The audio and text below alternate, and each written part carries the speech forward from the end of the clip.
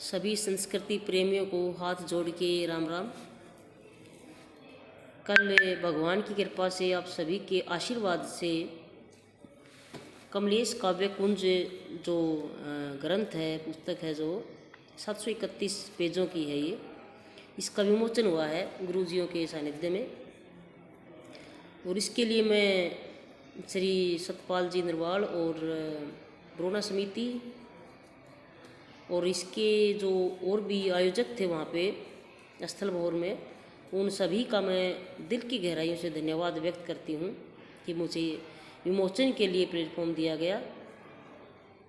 इस किताब को मैं सभी संस्कृति प्रेमियों को समर्पित करती हूँ, क्योंकि ये किताब केवल एक मात्र किताब नहीं है, ये हमारी हरियाणवी संस्कृति के लिए, हमारी हरियाणवी संस्कृति के समुद्र में माना कि एक बूंद के समान है ये, लेकिन इस बूंद मात्र के सहयोग से हरियाणवी संस्कृति में जो नई चीज़ मैं दे पाई हूँ, और इसके लिए आप सभी का सहयोग रहा।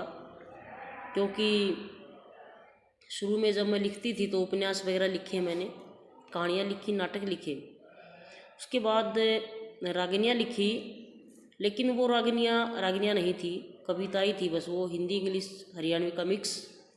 गुरुजी ने जब मेरी पहली रचना गाई, सामन सूखा फागन गिल्ला मौसम रहे उगाड़ा रहे, सरसम गेहूँ मार दिए यो क्रिया राम ने खाड़ा रहे, जब वो रचना गाई थी गुरुजी ने, तब तक मैं उनको जानती भी नहीं थी। उनका बड़पन रहा कि उन्होंने पर्सनल मैसेज करके मेरे से पूछा कि क्या मैं बहन जी इस रचना को गा दूँ।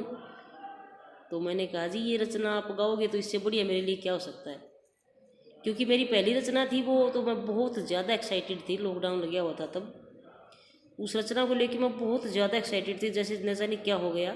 और वाकई में ऐसा था मेरे लिए। तो कुछ संस्कृति प्रेमियों ने कहा कि ये रचना जो है ना इतनी ज़्यादा अच्छी नहीं है, और सच में ऐसा ही था। फिर मैंने और भी रचनाएं डाली अपनी, तो काफ़ी कड़वे कमेंट्स आते थे, और वो मेरे लिए अमृत का काम कर गई। मैं सच कहूँ तो कमेंट्स में होता था कि क्या लिखते हो, लिखना छोड़ दो बहन, ये रागनी नहीं होती, क्या लिख रहे हो आप। तो मैंने फिर और कोशिश की, और मुझे लगता है कि मैंने बहुत अच्छा लिखा है।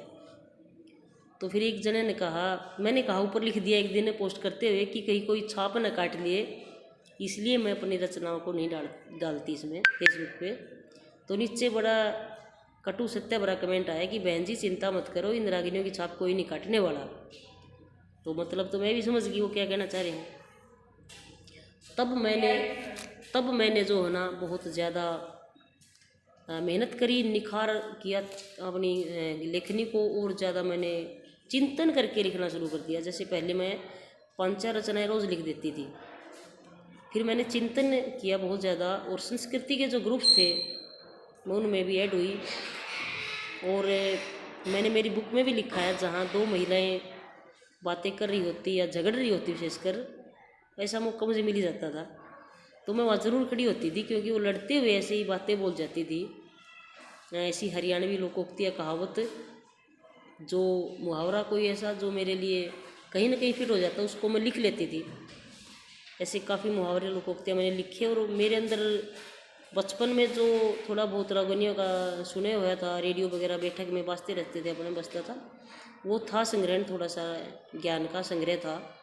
और उस बेस को मजबूत बना के मैंने इन रचनाओं को लिखा, और बार बार इनकी तलाश की। 3 साल मुझे लेखन में लगे, और 1 साल मुझे इनकी एडिटिंग में लगा, कुल 4 साल मुझे लगे। और मेरे जो प्रकाशक महोदय हैं श्री अशोक मंगलेश जी, उन्होंने बहुत इसमें सहयोग किया। उन्होंने सब्र से काम लिया, कहा कि आप बहन जी और निखारो, तराशो, मैं इंतजार कर रहा हूँ आपकी बुक का। कोई तगाजा नहीं कराया उन्होंने, ना पैसे लिए तब तक। तो बहुत सहयोग रहा उनका, मतलब बहुत ज़्यादा। और एक बात और है, जैसे मेरे जो किस्से हैं वो आज के दौर के हैं। वल्लभ भाई पटेल हो गया, मदन लाल ढींगरा हो गए, सावित्रीबाई फुले हो गई, चंद्रशेखर आज़ाद, खुदीराम बोस, फौजी कवि जाट मीर सिंह, और प्रभावती देवी, कालीबाई, मैना, चंपा, और उर्मिला, यशोधरा महात्मा बुद्ध की पत्नी हुई हैं जो, और नारा अहिल्या, और हिडिंबा, क्योंकि हिडिंबा ने बहुत त्याग किया था अपने परिवार के लिए। और आगे जाके उनका जो वंश है वो काफ़ी, जैसे हम खाटू श्याम जैसे बर्बरीक हैं, तो काफ़ी उनका वंश आगे बढ़ा और अच्छे लिए चला। गणपत बच्चे ने बलिदान दिया अपना पांडवों के लिए, तो हिडिंबा को स्थान नहीं मिला जो मिलना चाहिए था वो, तो उनका भी मैंने किस्सा लिखा। 4 युगों की 4 महिलाओं पर लिखा।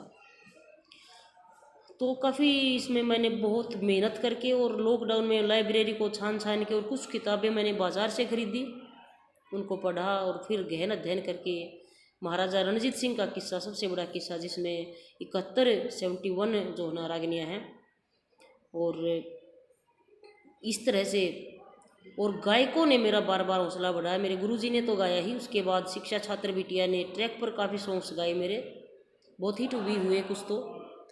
और हरदी बेलर खां, एक विनोद कुमार भाई हैं यूपी से, बहुत अच्छा गाते हैं, उन्होंने बहुत अच्छी शुरू में मेरी रचनाएं गाई काफ़ी।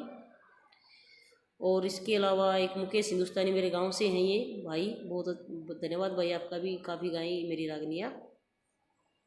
और इसके अलावा जो अपने महान गायक श्री करमपाल शर्मा जी, उन्होंने मेरी गाई कविताई को गा के अमर कर दिया। और रेडियो गायक श्री जयपाल ढाकिलिया जी ने भी ज़बरदस्त मेरी रचनाओं गाया है, बहुत अच्छे ढंग से गाया है। और करमपाल जी ने, मंजू शर्मा जी ने जो रागनी गा दी, तो मेरा हौसला मैं शब्दों बयान नहीं कर सकती कितना बुलंद था कि ये लोग, इतने बड़े लोग मेरी रचनाओं को गा रहे हैं, मांग मांग के गा रहे हैं, तो मुझे बहुत अच्छा लगा। कुछ लोग इंडायरेक्टली कह देते हैं कि पैसे दे के जो रागनियाँ गवाई हैं, तो ऐसा नहीं है।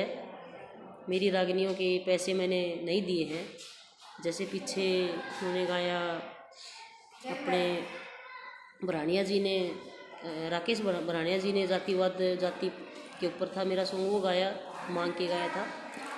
तो ऐसा पैसों वाला कोई मैटर नहीं है इसमें, ये भ्रम जिसका है वो तो रहेगा ही, मैं इसमें क्या कर सकती हूँ। बाकी 2025 का साल ये मेरे लिए संस्कृति तरफ से बेस्ट रहा।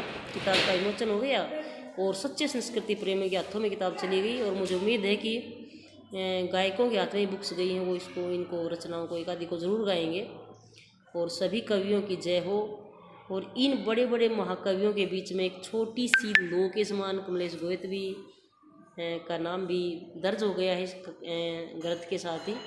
सभी को नमस्कार, सभी का धन्यवाद, राम राम।